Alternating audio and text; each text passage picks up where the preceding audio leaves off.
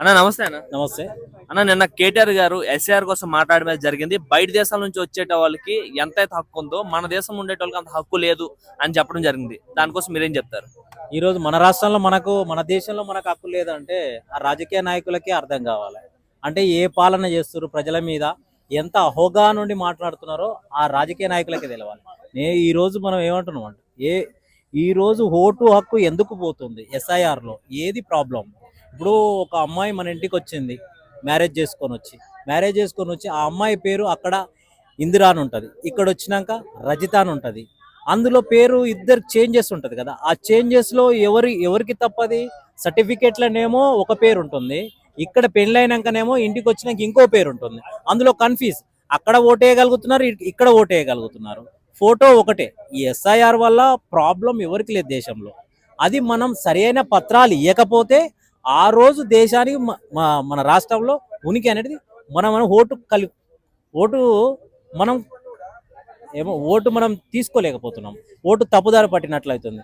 ఆ ఊర్లో ఒకటి నంబరు, ఇదే ఒకటి నంబరు, ఫేస్ అయితే ఒకటి, పేర్లు అయితే రెండు ఉంటున్నాయి. అలాంటిది జరగకుండా కేంద్ర ప్రభుత్వం ఇలాంటిది ముందుకు తీసుకొచ్చింది. ఇప్పుడు ఓట్లు ఎన్ని పోతాయా కాదు, ఎన్ని ఉంటాయా అని కాదు, మన ఓటే మనకు సరిగ్గా ఉండదు. ఎందుకంటే సరైన పత్రాలు ఇవ్వాలి. ఈరోజు మనం ఆ పత్రాలు ఇవ్వనప్పుడు ఒకటే ఓటు ఉంటుంది నీకు.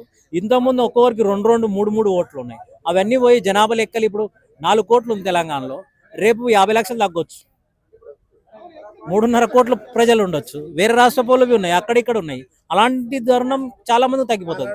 అంటే ఇప్పుడు ఏదైతే మన బాలాపూర్ కానీ లేదంటే రాజేంద్ర నగర్ కానీ ఇట్లా చాలా దగ్గరలో కూడాను ఎక్కువ మంది రోహింగ్లు ఉండడం జరిగింది. అందులో కొంతమందికి ఉన్నాయి, కొంతమందికి ఓటర్ కార్డులు లేవు. సో ఇదైతే ఈ ఓటు బ్యాంకింగ్ పోతుందని చెప్పేసి ఏమైనా వీళ్ళు మాట్లాడుతున్నారు, దానికోసం మాట్లాడుతున్నారంటారా? ఈ ఓటు బ్యాంక్ రోమాంగులో వేరే కంట్రీ వాళ్ళు వచ్చి ఇక్కడ ఓటు హక్కు కల్పించుకుంటున్నారని కాదు, మన దేశంలో ఉన్న మన రాష్ట్రంలో ఉన్న మనది ఓటు పోతుంది సరియాని పత్రాలు ఇవ్వకపోతే. అది ముఖ్యం మనకు. వేరే రాష్ట్ర పోలు వేరే దేశ పోలు ఉన్నారంటే కాదు, మనము సరైన పత్రం మనం జతపరచకుంటే మన ఓటు పోయేటట్లుంది. వేరే రాష్ట్రాలు ఇప్పుడు ఉంటే వాళ్ళ అన్ని పత్రాలు ఉన్నాయి, వేరే రాష్ట్రంలో వాళ్ళవి ఉన్నాయి, దాన్ని సెర్చ్ చేస్తారు కదా. ఇప్పుడు అక్కడ చూపించినప్పుడు ఇక్కడ చూపించాలి కంపల్సరీ. అలాంటివి చూపించినప్పుడు అక్కడ ఓటు ఉండదు, ఇక్కడ ఓటు ఉండదు, వెళ్ళిపోతుంది, రెండు వెళ్ళిపోతాయి. అప్పుడు ఏంది, నీ లిస్ట్లో నీ పేరు వచ్చిందా రాలేదని చెక్ చేసుకున్నాలి. ఎస్ఆర్ఐ వచ్చి చెక్ చేసిన తర్వాత లిస్ట్ అనేది ఒకటి మళ్ళీ ఇస్తాడు.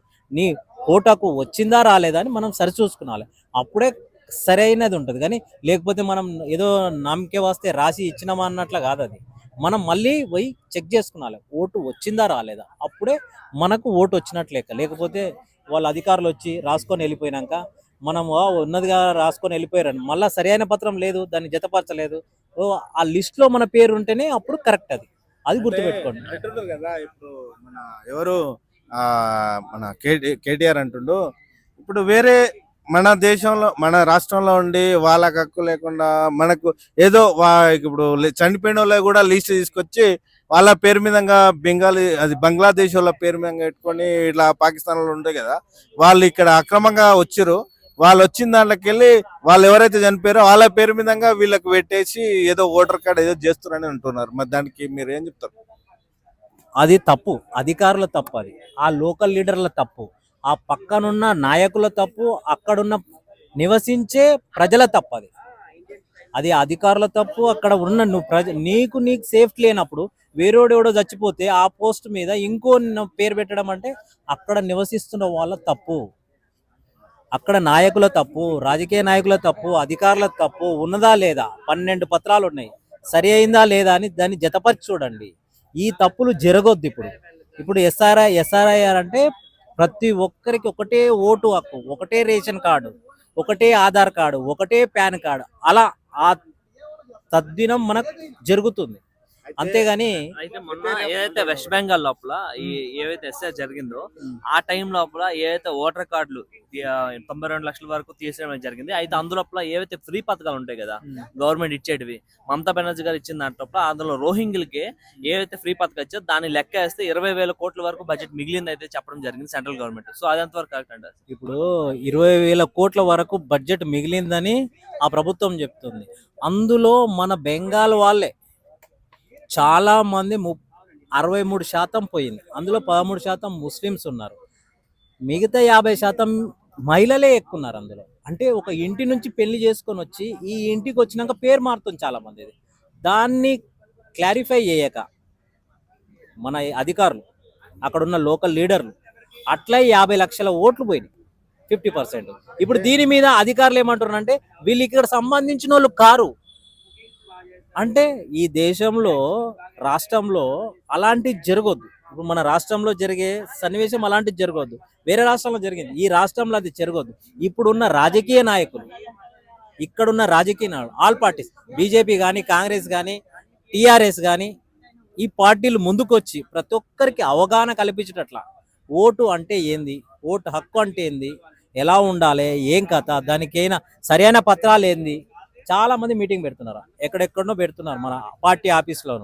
అలాంటివి జరుగుతున్నాయి. నేనేమంటున్నా అంటే ఈ రోజు మనం కరెక్ట్ పత్రాలతోని వాళ్ళకి సమర్పిస్తే మన ఓటు హక్కుని మనం కోల్పోం. అదైతే అయితే వాస్తవం. ఒక విషయం చెప్పండి సార్, మన దేశంలో పుట్టి మన దేశంలో పెరిగినప్పుడు మనకు భయపడాల్సిన అవసరం ఉందా లేదా చెప్పండి. మనకు భయపడిన అవసరం లేదు. మన రాష్ట్రం, మన దేశం మనదన్నప్పుడు మనం పక్కగా మనం భయపడిన అవసరం లేదు.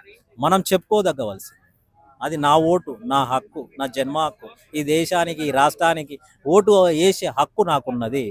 అది కొంతమంది కావాలని ఈ పార్టీకి ఆ పార్టీకి చెంది కొన్ని తీసేస్తే చెప్పలేము. దాన్ని చచ్చిపోయిన వాడిని ఎట్లయింది చేయాలి, అట్లనే కంటిన్యూ చేస్తే ఏమొచ్చేది, ఓటర్ బ్యాంక్ ఉన్నట్లనే అది.